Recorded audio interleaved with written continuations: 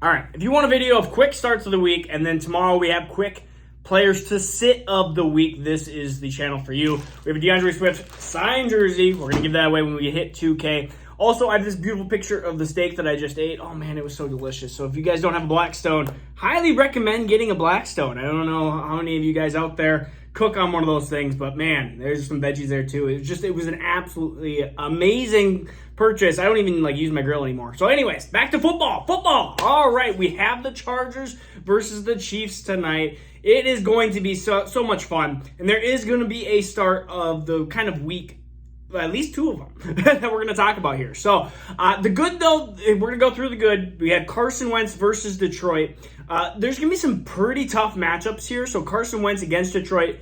I mean, Detroit's defense still has yet to, I think they'll figure it out halfway through the year, but right now, against Philadelphia, we saw Philadelphia absolutely destroy them. Now, I understand that Jalen Hurts didn't have an amazing game, but you look at A.J. Brown, you look at what happened in week one, I think Carson Wentz is a good start over some of the tough ones that we're going to talk about tomorrow. Matt Ryan against Jacksonville, again, Matt Ryan is a quarterback that is going to be amazing at getting you that safety floor. I mean, it's going to be hard to see it in any type of basically simulation of how he would not get at least a touchdown here. He probably is going to get two. This is a good start for Michael Pittman again, but Michael Pittman already way too high ranked to be a start of the week per se. So Matt Ryan, again, another option. Jared Goff against Washington. If you're in a deeper league, Washington has been a poor defense as of late. So Jared Goff is an option, again, for teams that are looking at Dynasty or teams that are looking at even these 17-team guillotine leagues right now. So there's a lot of different options there. And then Derek Carr is my absolutely favorite one, but he's actually taken a majority out of all of these four quarterbacks. He's actually taken the most. And so Derek Carr against Arizona, who just seemed absolutely horrible on defense. They didn't even seem great on offense either. I think Cliff Kingsbury is on the way out the door. I mean, he failed as a college coach with Pat Mahomes. Why is he going to be a successful coach at the next level, a bigger level, here with Kyler Murray and the Arizona Cardinals? Let's go through some good running backs here. Miles Sanders against my Minnesota Vikings. Minnesota Vikings, I think, are going to be porous against the run defense. They showed a little bit better against the Green Bay Packers, but I think Green Bay was in a negative game script a ton, and so you're going to see Philadelphia run a ton. It's going to be the Jalen Hurts and Miles Sanders show with A.J. Brown in there as well. So I think that Miles Sanders is going to have a good start here.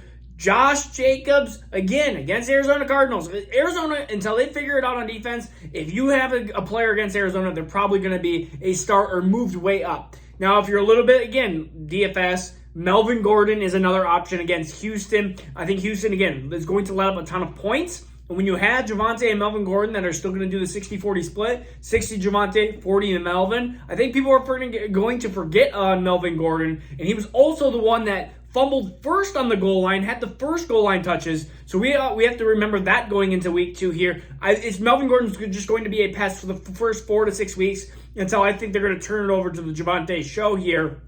But until that turns from a 60% to 70, 80%, you're going to see Melvin Gordon be great in some of these good defense matchups where the defense is pretty porous against the run. And then the last one, I'm doubling my money. Antonio Gibson, one of my start of the weeks last week, is again one of my start of the weeks this week against Detroit. They let up a touchdown to Boston Scott. They let up a touchdown to Kenneth Gainwell. And they let up a touchdown to Miles Sanders. If Antonio Gibson does what he did against last week, he's going to be an excellent start. And we talked about the first 4 weeks of Antonio Gibson. This is the time to really hold on to him. And then after about week 3, 4, I know that Brian Robinson's coming back. But Antonio Gibson is already going to be an RB1 at that point.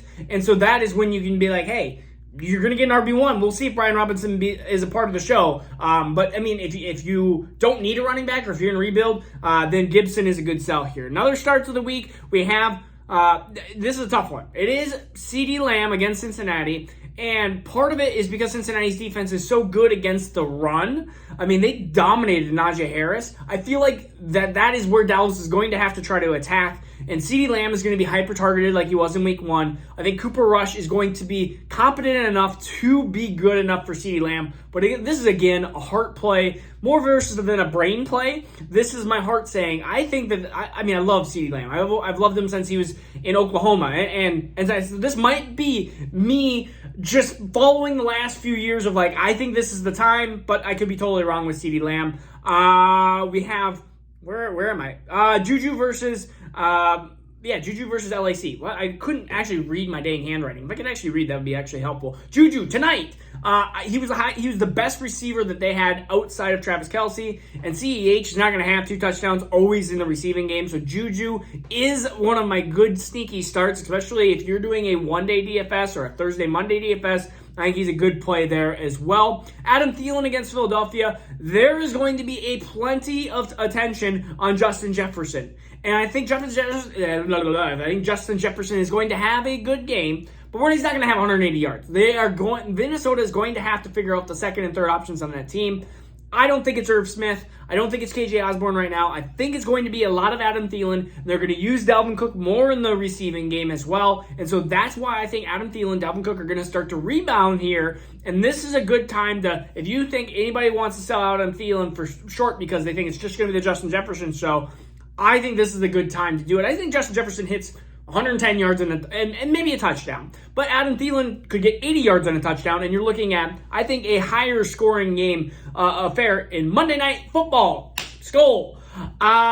Broncos receivers versus Houston. This is just, again, Houston defense being poor. I'm starting as many Broncos players as I possibly can. We're talking Javonte. I already told you about Melvin Gordon. Then we got Sutton and Judy. I think these are good options against Houston's bad defense. And they all did pretty well fantasy-wise, even against Seattle's defense. And Broncos just looked out of sorts. They're still trying to get into things, but I think this is a good time. What in the world did Amon-Ra. I thought it said Broncos. Amon-Ra St. Brown versus Washington. I think, again, a guy who really wasn't shown in the first half. The second half came alive. I think Amon-Ra St. Brown is going to be one of the best receivers. I think you're going to look at halfway through the year, and he's going to be wide receiver 16, 15, and you're going to go, wow. And that is until Jameson Williams comes back. And there could even be a slow start to Jameson Williams' career too, and that may even take some coverage off of Amon-Ra St. Brown as well. And we'll see if Hawkinson can stay healthy and Swift can stay healthy. He already got the Swift, DeAndre Swift, woo! He had the ankle turned already. So let's go through some other. Gotta go through tight ends. Tight end starts of the week. We have 2. It's Zach Ertz versus Las Vegas. And we have Everett versus Kansas City tonight. On Thursday Night Football, I think Everett's a great start here. I think everyone's looking at Joshua Palmer, and I hope it's Joshua Palmer's show, but I think Everett's going to have a really good game here because I think Mike Williams is going to have a good game. He's against me in a lot of leagues this week. It's going to be a rough week. But I have Herbert in a couple leagues, so I have the counter in a couple of them. So it's going to be tough. Because I do have Keenan Allen in a lot of leagues, and I love the Keenan Allen Herbert connection, but it's just not going to happen week 2, which is sad because I want him to be a part of this Kansas City high-scoring offense or this high-scoring game. They hit both overs last year, so Everett is going to be a good option. And then Ertz against Las Vegas, I think Ertz is going to be the old reliable. You're going to have Dortch, and you're going to have some other guys that kind of filter in AJ Green, but I think Zach Ertz is going to be the best option for you. All right. So, we're going to do sits tomorrow, and then we get to enjoy another week of fantasy football. All right, peace out. Take care.